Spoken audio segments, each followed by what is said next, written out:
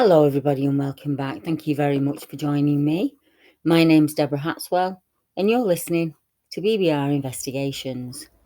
Tonight, as usual, I have a plethora of reports for you that cover many topics and subjects.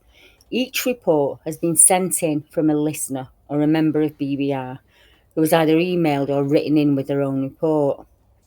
Times are changing here in the UK, and it's becoming less of an ordeal sharing a personal encounter.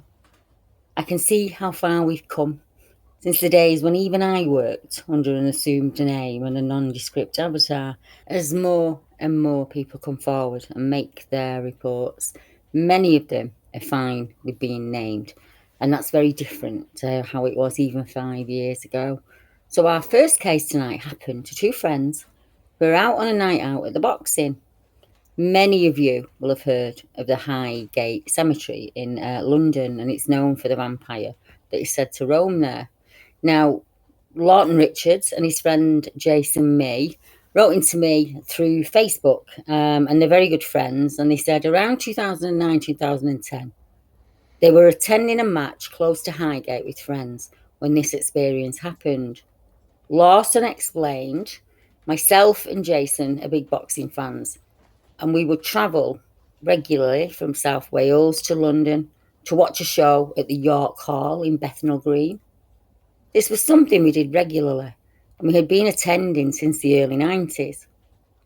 Eventually, train travel became so expensive that I would drive us up in the car.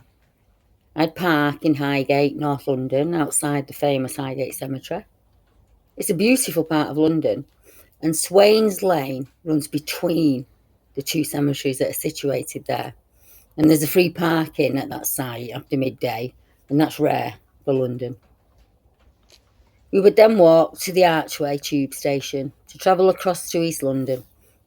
One time, as we returned to the car, it was pretty late, and it was well after midnight because the show had so many fights that it went the full distance, and we were there far longer than usual. Heading for the car, we walked past the cemetery gates when we both saw a large dog that was looking at us through the gates. The dog was more like a wolf than a domestic dog. I know that because I've had dogs of my own since being a kid. I mainly have bull terrier type, so I'm not scared of dogs or anything like that. The dog we were looking at was really strange. It showed no emotion or reaction at all. It just stared at us. We all said, who would leave a dog in a cemetery at this time of night? Now, this cemetery has so many famous people resting there, it didn't seem right for a dog to be running wild in there without an owner. We got in the car, which was a 4x4 and quite big. Looking out through the window, I had good visibility, and this dog at Highgate was at least 27 inches to the shoulder. We all got in the car and drove off after a few swigs of coffee flasks that we always took with us.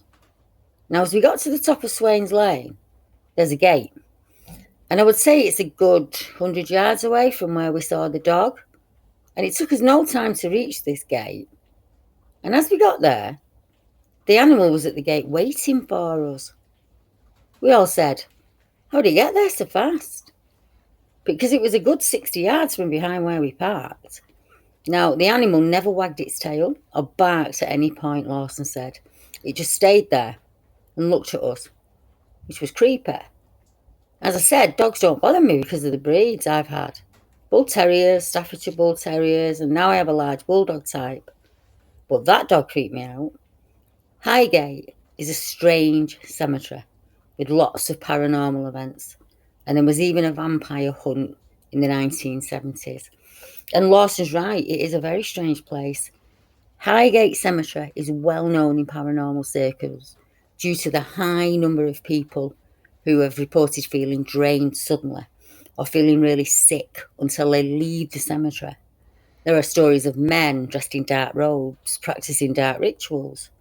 Ghosts and ghouls haunted the alleyways around the graveyard, and people reported seeing red-eyed demons staring at them through the fence.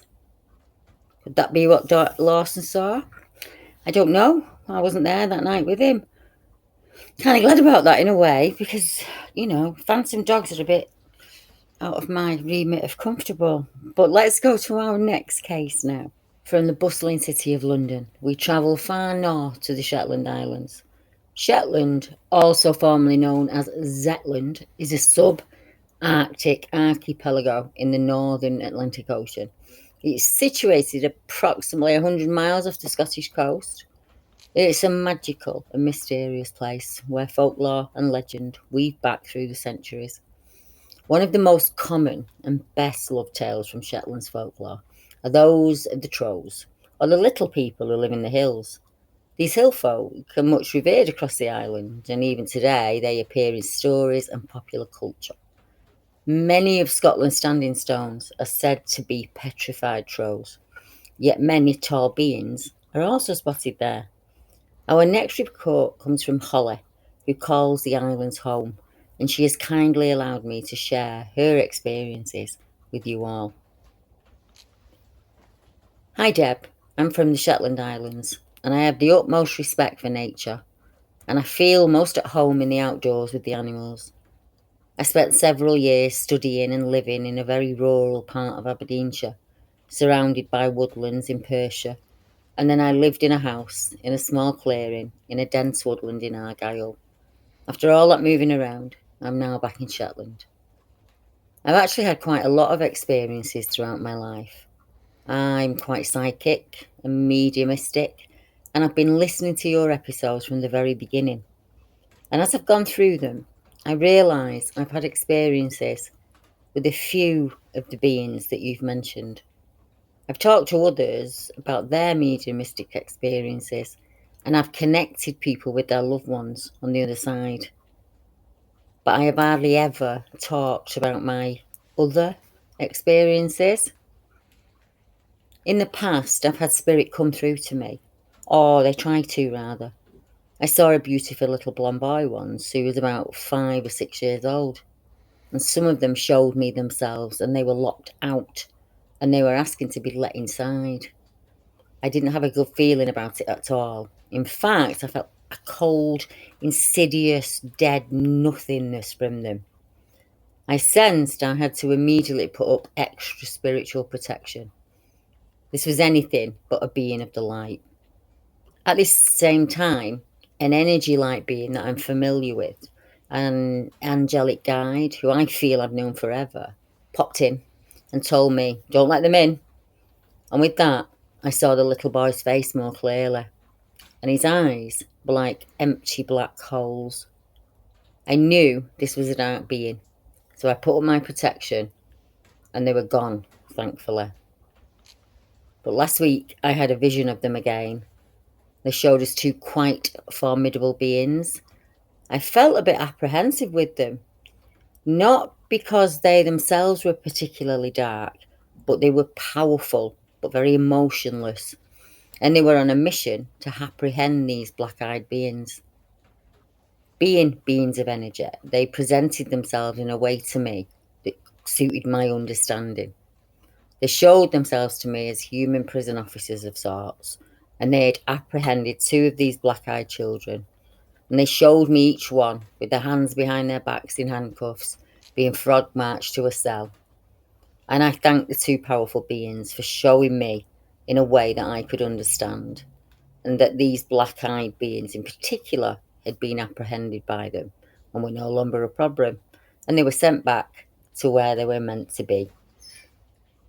When I was a child, I was camping in the Perthshire woods with my dad. It was about 3 a.m. on a bright, clear, moonlit night. We both seemed to wake up suddenly at the same time, to a grunting noise in the distance, which we knew wasn't a stag. I grew up on a nature reserve, and I've immersed myself in all things wildlife, so I am familiar with different animal calls and behaviour. At that grunt, I froze, and in the quiet, I heard heavy footsteps approaching our tent. Now, the footsteps were purposeful, almost creeping, as if to dampen the noise of the steps. I could tell it was something walking up on 2 feet by the noise that it made. It felt really heavy. I think, as my sleeping bag was on a thin mat on the ground sheet, it felt heavier than a person walking to me. A large shadow appeared at the side of the tent through the moonlight, and whatever was out there circled the tent. I still froze. I don't think at that point I even dared breathe. And then it just walked off, out of the clearing where we were camped, and back into the woods. I breathed again after I heard it go deeper into those woods. But that wasn't the end of my experiences. When I was in Aberdeenshire, I was delighted to live in a house that was set in the woods. Hardly any humans and lots of animals. That's bliss for me. One night, I was going for my usual evening walk through the forest when I suddenly felt an instinctive danger, a warning to get the heck out of there, which was strange because I love being in the woods. But what I felt was a primal fear. It sounds mad, but I felt hunted. It's something I've never felt before, and I hope I don't again. I heard the cracking of twigs getting closer, and a deep, guttural, grunting growling, which I sensed began to circle me. The circle was getting smaller and smaller, and I ran out of the woods, and I got onto a small road and ran back to the house. When my fiancé and I were living in Argyll before moving back home to the Shetland Islands this year, and there's quite a lot of military activity in the place where we lived. I mean, I loved it because we were miles from anywhere, in a dense woodland on a steep hillside next to a sea loch. I'd wake about 2 or 3 a.m. just to look out of the bedroom window, and it was so beautiful on a clear moonlit night. I would see lots of wildlife, deer, foxes, owls, sometimes even pine martens.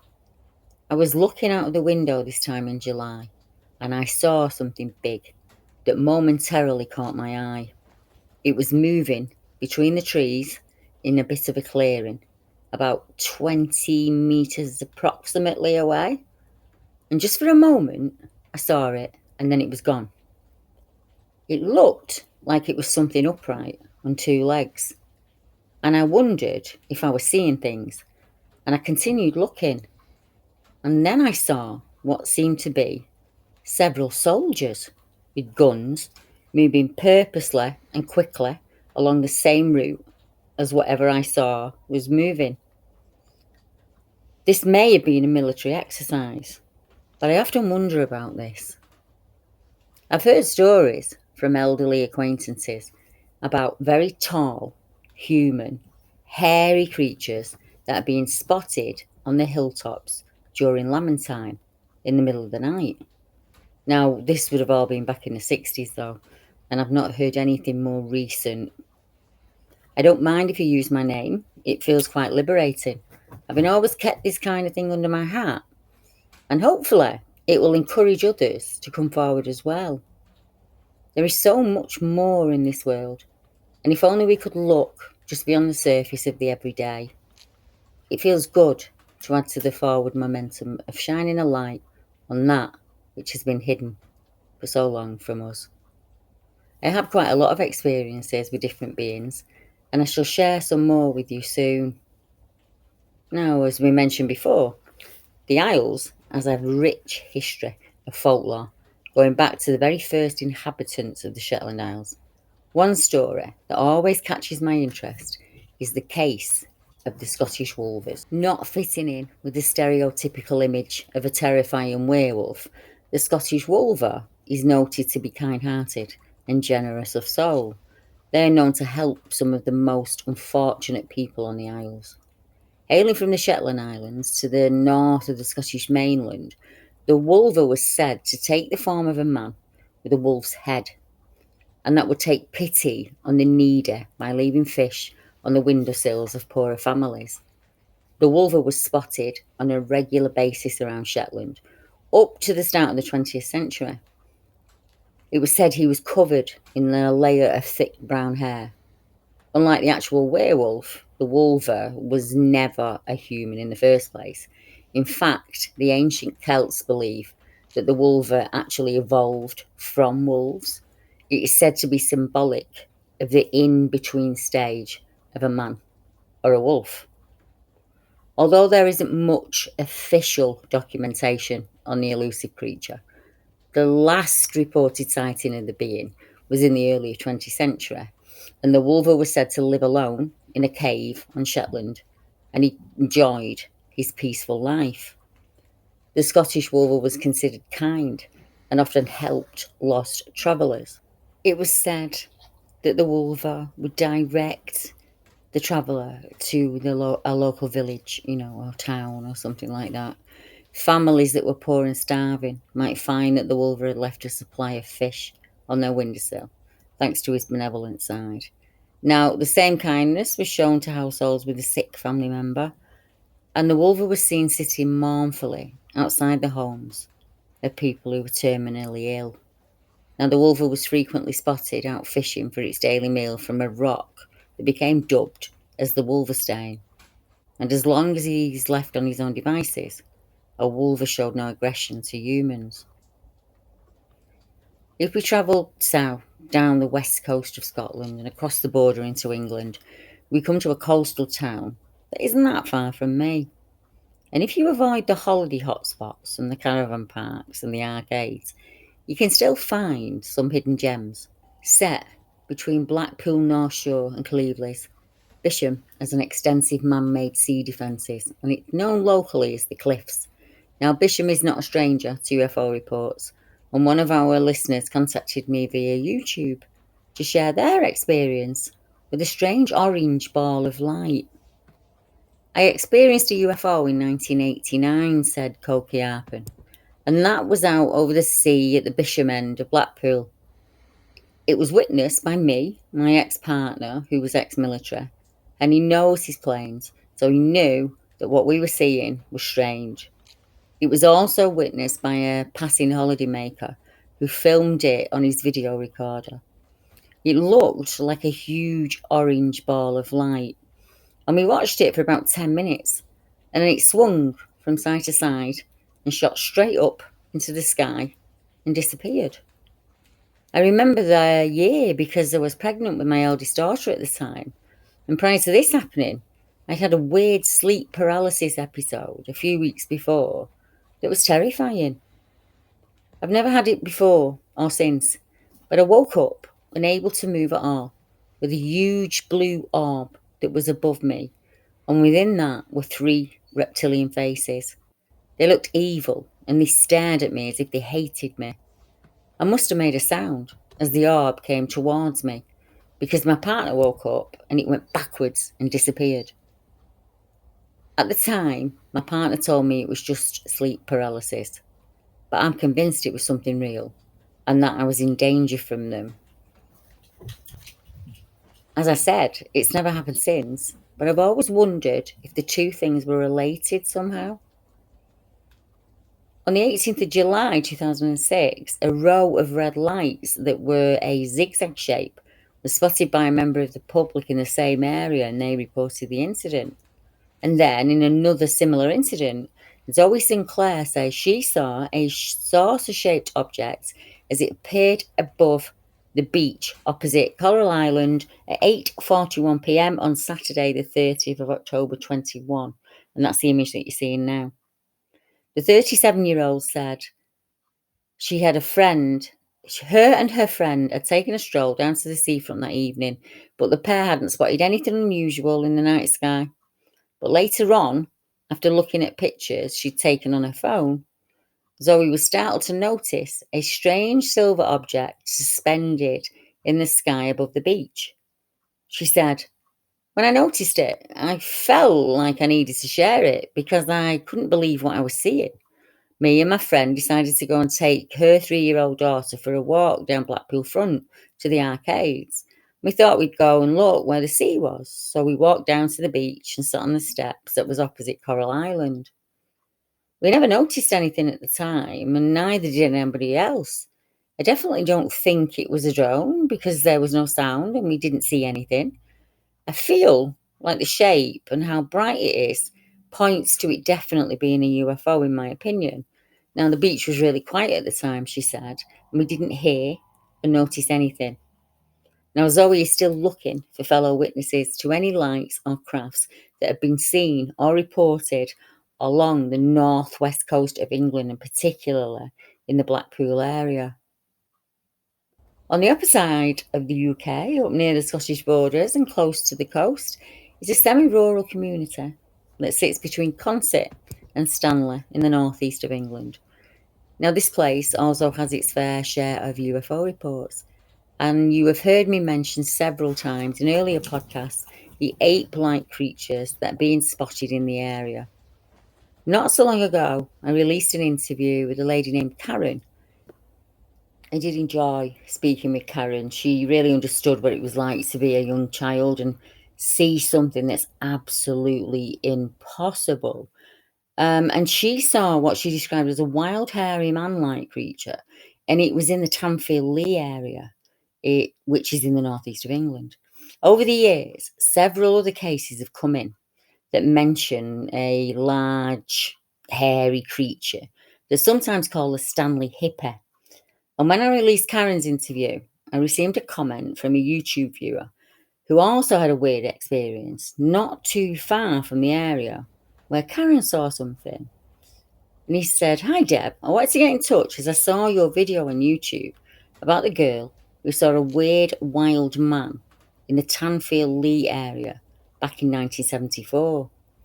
I live in the general area. I'm just down the road in a small village, and myself and another member of the family have had some very funny experiences within the local woods there.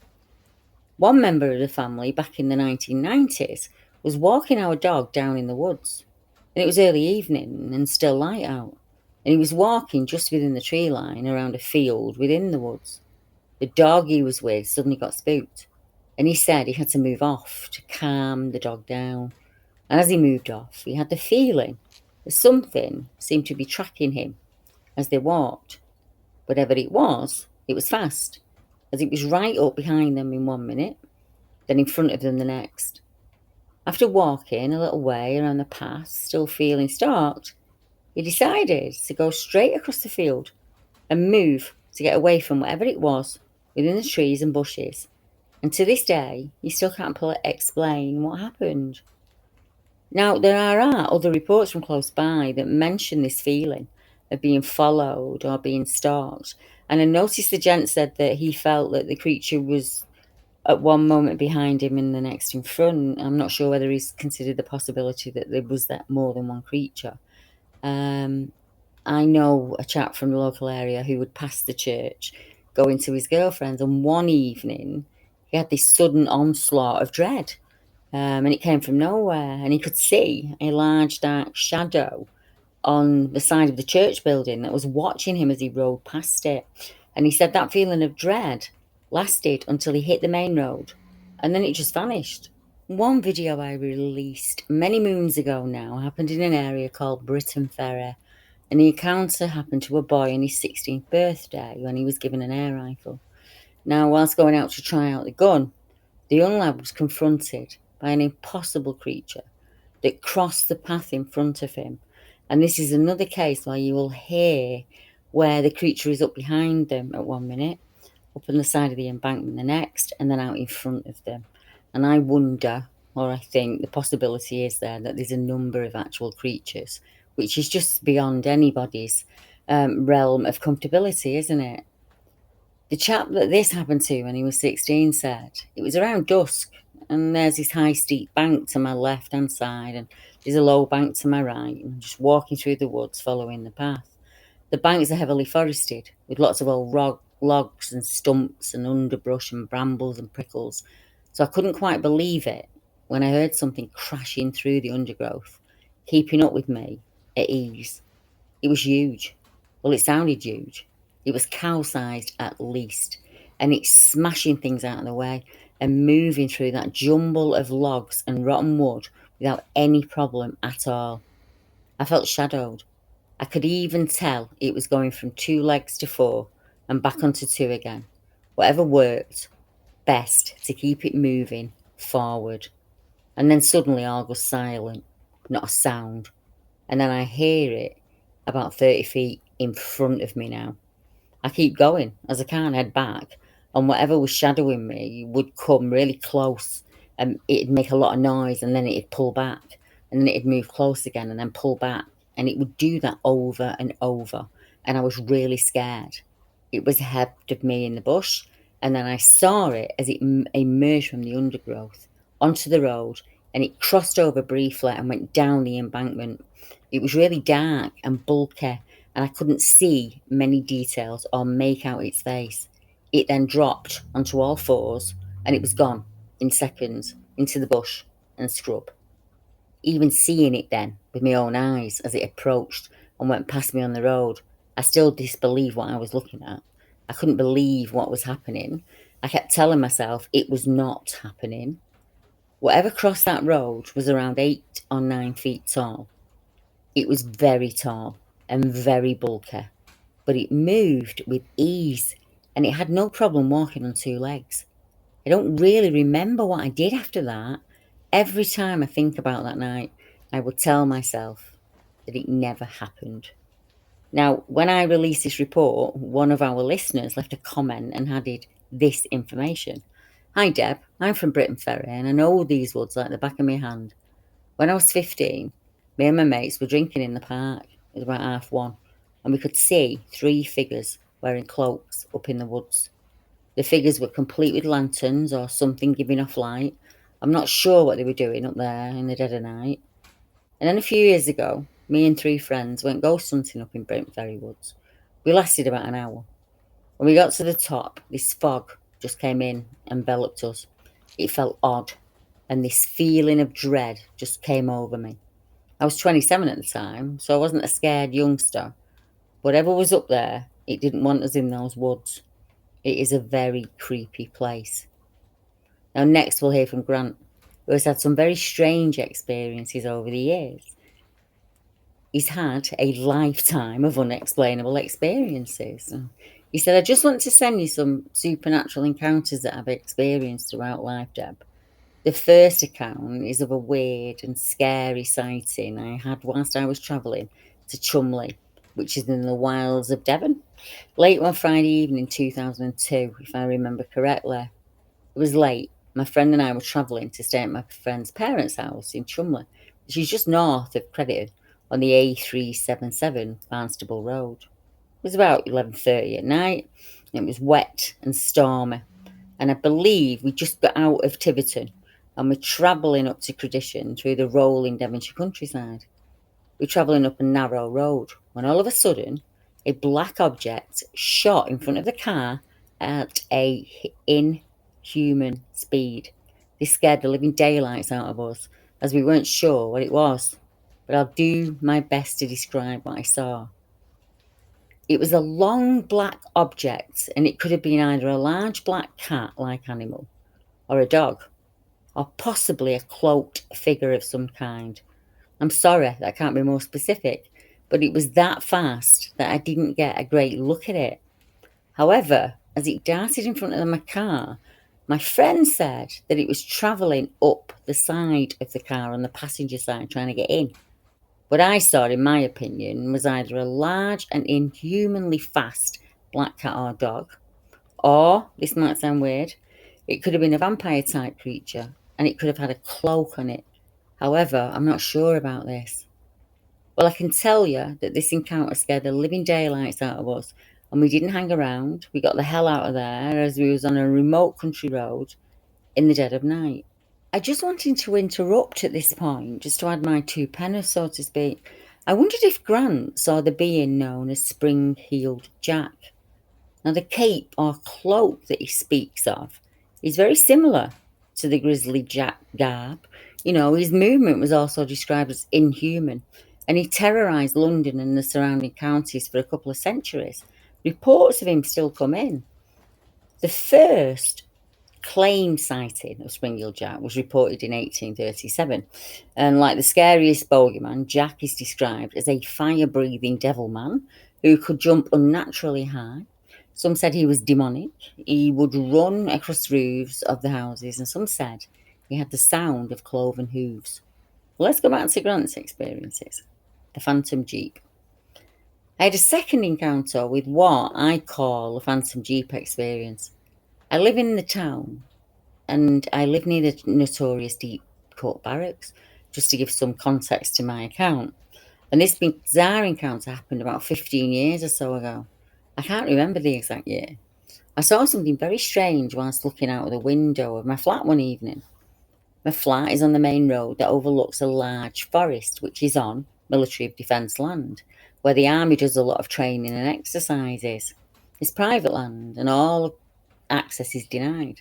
So I was looking out my window late one evening. I think I was looking at a fox crossing the road, when all of a sudden an army jeep came travelling down the road, approaching the roundabout that is right outside my flat. However, instead of going over the roundabout to follow the road, the jeep mounted the pavement over the road, mysteriously cut its lights, and disappeared into the trees. I had to do a double take because I couldn't quite believe what I'd just seen, because there is no way someone could have driven into the forest because the tree line's just too dense. There's no gap in the hedge or a place to drive a car into, just a thick tree line and bush cover. However, I thought to myself, it must have been an army guy doing a driving manoeuvre, and I expected to see his lights in the forest as he drove off. I waited. However, I saw nothing. To this day, I can't exactly explain to you what I saw because it was so bizarre. Due to the tree line being so thick, I'm putting this sighting into the paranormal category, he says, because I just can't explain how a jeep could negotiate trees at around 20 to 30 mile an hour with no lights on. In December of 2019, he says, I was returning from a friend's house one evening and I was driving home. Just turned off the A33 at Mitching and over the bridge. I was approaching a small nature reserve on my left when all of a sudden I saw two red eyes, or what looked like red eyes in the darkness. As I got closer to the eyes, I initially thought they could be car headlights or rear lights, but as I passed, I saw no cars travelling up a small track into the reserve. This naturally creeped me out. As I passed where the red eyes were, I lost sight of them. I saw nothing but darkness in the reserve.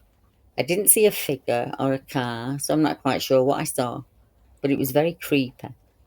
There could have been someone walking with a red torch, I suppose.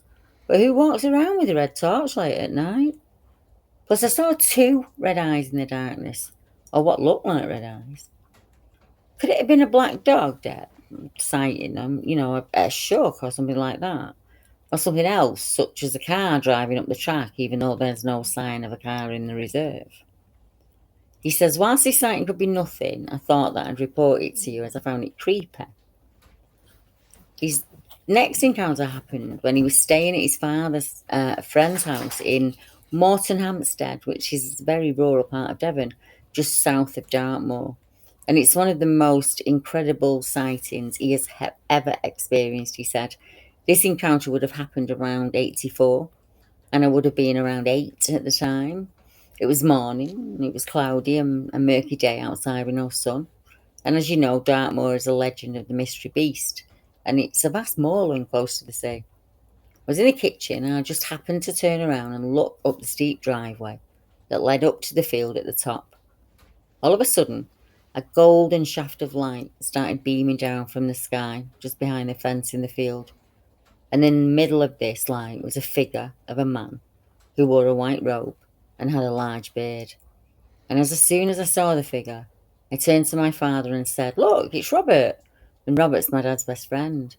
And he's in the field. And as soon as I turned back around, the figure and the light had vanished. Just to give a bit of context, Robert, my father's best friend, also had a beard. Being young, I initially thought it was him in the field, but I suddenly realised that he was in the house with us, so it wasn't him. This encounter wasn't scary, it actually made me feel calm and happy. When I got home, I told my mother about what I saw, and she showed me a picture of Jesus Christ. And looking at the picture, I told her that that's who I saw. So my conclusion is either I saw an angel or some kind of maybe even Jesus Christ. Maybe it just looked like Jesus Christ in the pictures, because I'm not a believer in Christ, despite my encounter. So I think what I saw was probably an angel. Why the entity showed itself to me that day, I have no idea. But I think it was a protector of some kind, and its presence was its way to say everything's going to be okay. Because at the time, my parents were going through quite a nasty divorce.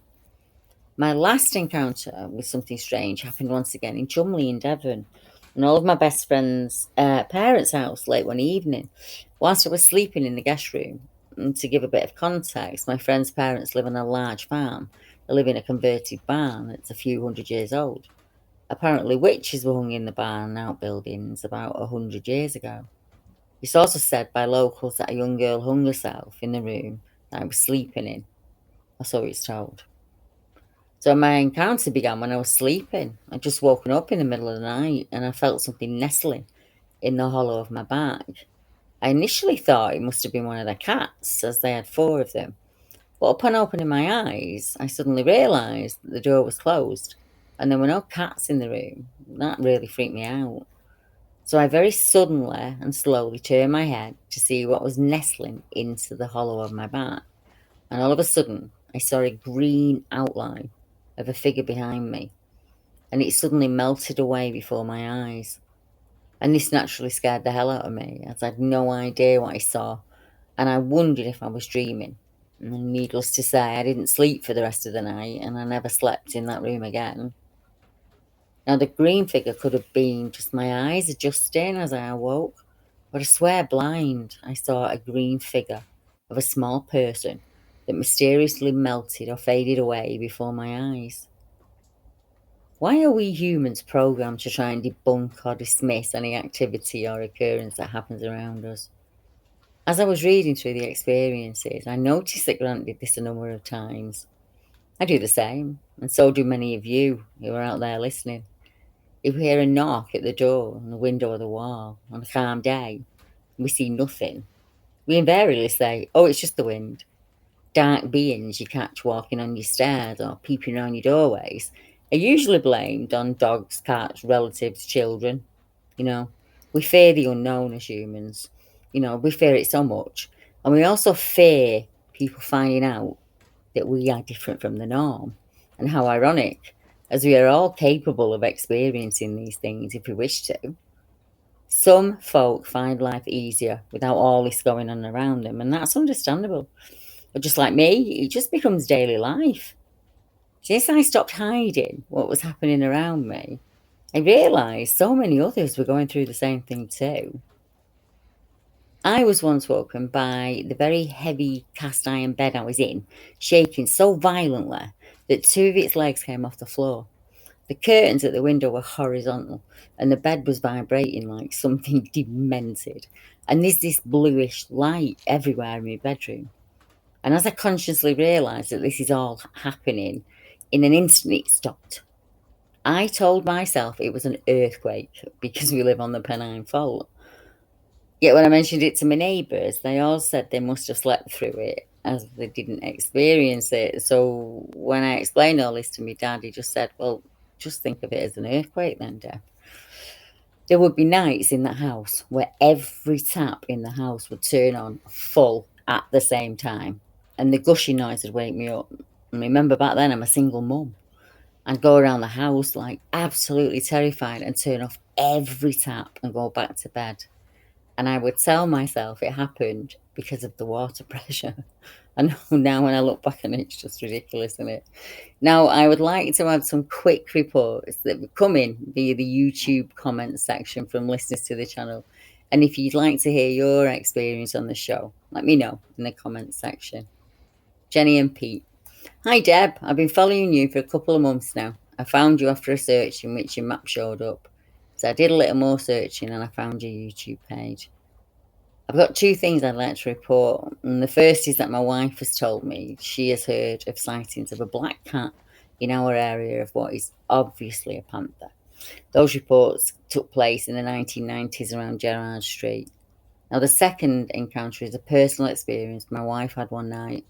She was asleep in bed at the time and she heard a whooshing sound, which was loud enough to wake her up. And for a little time, she was wondering where the sound was coming from. In the end, she realised it was coming from outside. She opened the bedroom window, which was also on Gerrard Street, And when she looked out onto the street, she couldn't see anything strange below her until she looked up. And what she saw was a complete surprise. She could see a huge UFO, only meters above the roof, and it was slowly moving to the back of the house, and she lost sight of it. A few weeks later, one of her neighbours were just talking about nothing in general when he mentioned that they'd seen a UFO come from above Jenny's house and move to the back of their house, and then proceed to move forward to the front of the property, just above the roof, exactly like how it moved over Jenny's house. Jenny was relieved that she was not imagining it. It's understandable. And she was still a little bit in shock, in fact, that a UFO was hovering over her house. And that is also understandable. You would be, wouldn't you? She's still amazed at what happened, but the memory is hazy and she can't remember much. Now, he said I mentioned to her that she could be hypnotised, maybe regressed, and taken back to time when it's happened in the hope of revealing more details. On another note, we'd both like to know about our past lives and see if we've ever met before. As we're so in tune with each other, it's weird. We can finish each other's sentences and other things. We've never had an argument in our 15 years together. 14 of them married. Jenny is also a sensitive and she can see spirit. She's seen strangers outside and told me, but when I look, I don't see anyone. I've seen her dad, who died in 2009. She has also, on countless occasions, seen her brother, who passed in early 82. He's a character. One night, not long after Jenny moved in with me, she saw her brother behind me. I was crouched down on the floor, messing with wires for a computer. And when I said, it felt like someone just prodded my butt with the foot. Well, he had, she said, just given my butt a light kick. And when I looked at Jenny, she was half laughing and half crying. She also sensed my dad, who passed in 2004, and he's 99% of the time seen at our front door. And this is because it seems he's gone back to a time which he enjoyed the most, when he was in the Royal Artillery. He served for 22 years, from 1950, and he came out with 3 stripes. And it looks like he's guarding us. We've also seen our pets who've passed, and we have quite a full house. Jenny and Pete. That email was just absolutely delightful. In our last report, we hear from a chap who's had a lifetime of experiences that he'd like to share with us all. The title of this one is I Worked at a Haunted Hotel. It was 1974-ish, and I remember it was springtime. I'd recently moved to the Cotswolds to start afresh, as I was becoming jaded with where I was living at the time. And my parents offered me to come and stay with them for a short change of scene. My parents lived in a tiny village of Bishop's Cleeves, and yes, it was as ancient as it sounds. It was a typical British quaint village. Tudor buildings, thatched roof, the whole 9 yards. Sadly, it's not like that anymore. There are thousands and thousands of houses there. After being there for a couple of weeks, my mum, who worked mornings at the hotel as a chambermaid, told me that her boss was looking for someone for a night porter's cash-in-hand job, just 6 days a week. Sounded great, although I had no idea what a porter's duties were other than carrying luggage. So I agreed to go in for an interview the next day. My mum explained the size of the hotel, said it was friendly and easygoing, and the boss, Mr. Coombs, was ex-military and was an officer in his 60s. The next day, I went with my ma to the hotel around 9:30ish. We went in via the back way through the door into a concrete floor passageway, and it had storerooms at the end of the passageway. And we turned right into a carpeted bistro restaurant, you know, the small, low-lit steak and chips type eatery. I loved the Tudor Manor House Hotel. I love anything older worldly, it's right up my street. Little did I know or expect what happened next. We turned into a room from the stores passage, and I felt a little nervous and jittery just come on suddenly. I put it down to pre-interview nerves.